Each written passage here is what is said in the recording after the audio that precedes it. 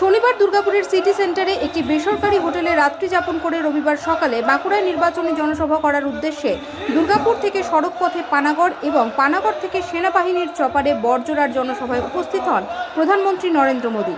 প্রধানমন্ত্রীর জনসভা ঘিরে সকাল থেকেই প্রচুর মানুষের ভিড় ছিল ত্রিস্তরীয় নিরাপত্তা ব্যবস্থা।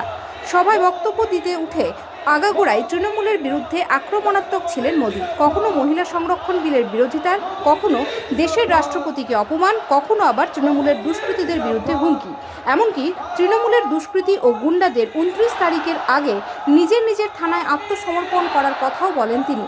বাঁকুড়া জেলার 12টি বিধানসভার 12 জন বিজেপি প্রার্থীর সমর্থনে আয়োজিত এই সভা থেকে নরেন্দ্র মোদীর আক্রমণাত্মক বক্তব্য আগামী 23 তারিখের নির্বাচনে ভোট বাক্সে কতটা প্রতিফলন ঘটে সেটাই এখন দেখার।